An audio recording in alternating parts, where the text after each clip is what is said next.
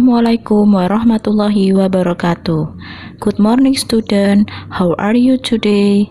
Selamat pagi anak-anak, bagaimana kabar kalian? Today, we are going to learn about simple present tense. Hari ini, kita akan belajar tentang simple present tense. Simple present tense adalah kalimat yang digunakan untuk menyatakan aktivitas rutin yang kita lakukan. Nah, aktivitas rutin yang kita lakukan itu apa saja? Contohnya, kebiasaan sehari-hari.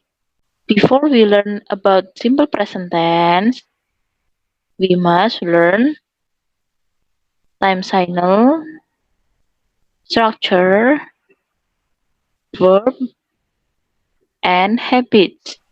Sebelum kita mempelajari tentang simple present tense, kita akan mempelajari tentang keterangan waktu, struktur kalimat, kata kerja, dan kebiasaan. Nah, kita akan belajar yang pertama, time signal atau keterangan waktu. For example, every artinya setiap. Always artinya selalu. Usually artinya biasanya. Often artinya sering. Sometimes artinya kadang-kadang. For example, sebagai contoh, every week artinya setiap 1 minggu. Every day artinya setiap hari. Next, verb artinya kata kerja. Nah, kita akan menggunakan kata kerja ini dalam pola struktur simple present tense. Untuk subjek I, you, we, they tidak perlu menambahkan plus s atau plus is. Tapi untuk kata kerja he, she, it, verbnya ditambahkan dengan plus s or plus is. For example, contoh dari verb plus s, thinks, artinya berpikir. Listen, artinya mendengarkan. Brings, artinya membawa. Write, artinya menulis. Walks, artinya berjalan. Drinks, artinya minum. Eats, artinya makan. Dance, artinya menari. Sings, artinya menyanyi. Dan terakhir, swims, artinya berenang. Masih banyak lagi verb atau kata kerja yang bisa kalian gunakan untuk membuat kalimat simple present tense. Berikutnya, kita akan belajar tentang contoh verb plus is.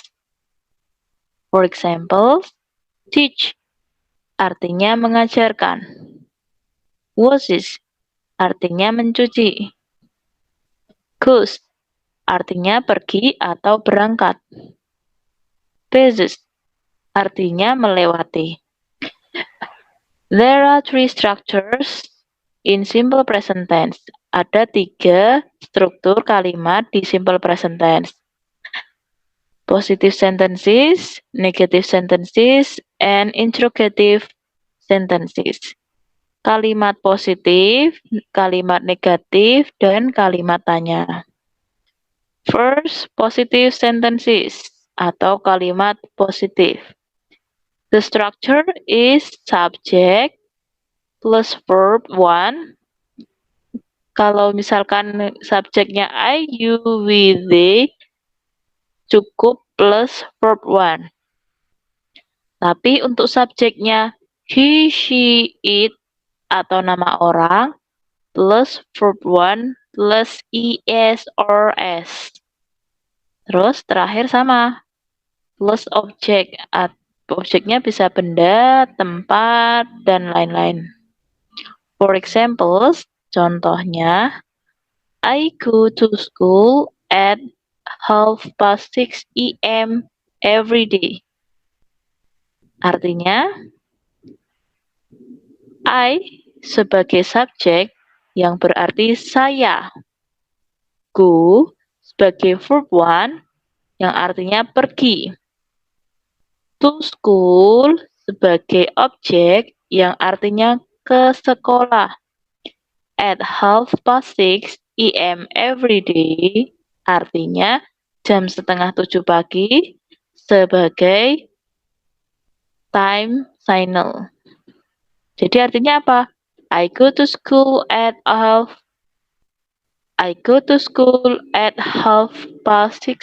AM every day berarti saya pergi ke sekolah jam 6:30 pagi setiap hari. Nah, seconds untuk contoh yang kedua. She goes to school at 6:30 AM every day. Nah, di sini berarti she sebagai subjek. Karena she berarti verbnya plus es or s. Goes artinya awal kata dasarnya go jadi goes. To school sebagai objek. At 6:30 AM every day sebagai time. Jadi artinya dari she goes to school at 6:30 AM every day. Dia perempuan pergi ke sekolah jam 6:30 pagi setiap hari. Oke, second, negative sentences atau kalimat negatif. The structure is atau struktur kalimatnya subject plus do or does plus not plus verb one plus object.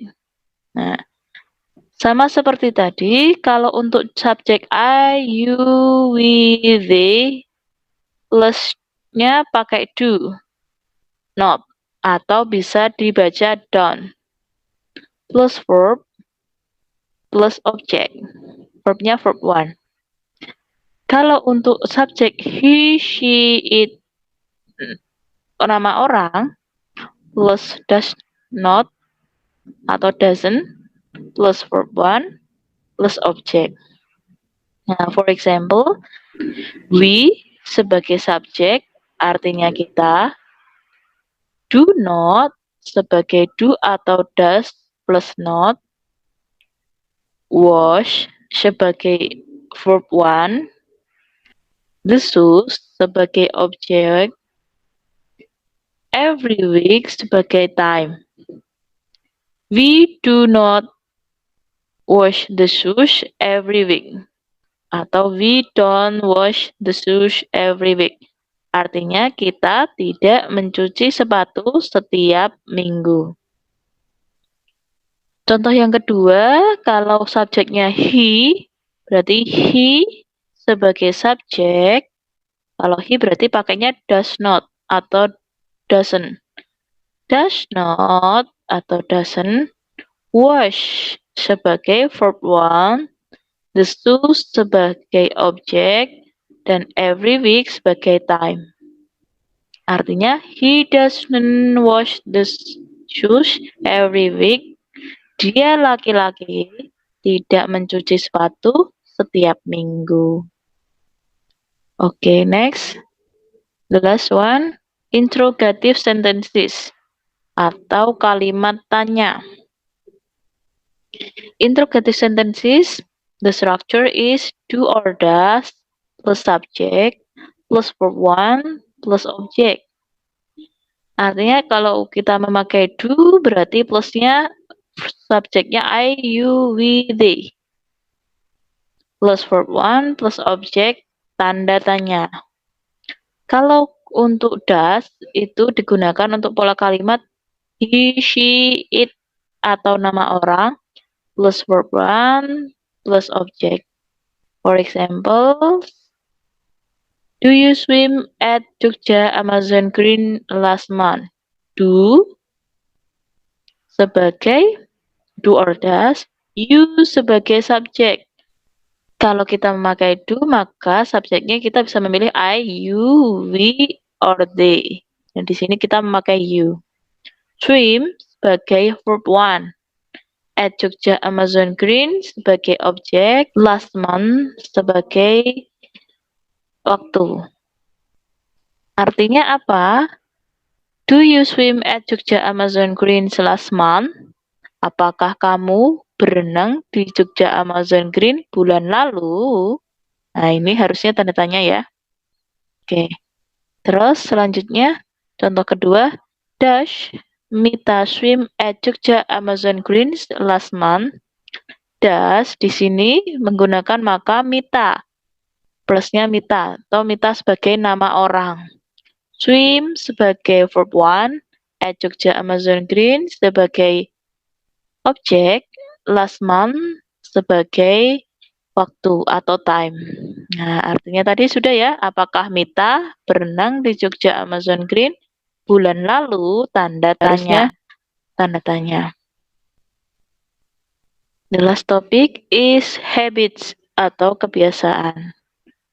Contohnya kebiasaan sehari-hari atau kebiasaan kalian rutinitas per bulan atau pada waktu-waktu tertentu. Contohnya, they dance at Hartono Mall on Independence Day. Mereka menari di Hartono Mall pada hari kemerdekaan atau setiap hari kemerdekaan. I visit my grandparents every Sunday. Nah, saya mengunjungi kakek dan nenek saya setiap minggu. Itu kan rutinitas. Oke. Begitu anak-anak, I think that's all. Sepertinya kita sudah mempelajari banyak hal tentang simple present tense. Sekian dari Bu Anggi. Apabila banyak kurangnya mohon dimaafkan. Semangat belajar di rumah. Setelah ini kalian bisa mengerjakan tugas. Wassalamualaikum warahmatullahi wabarakatuh.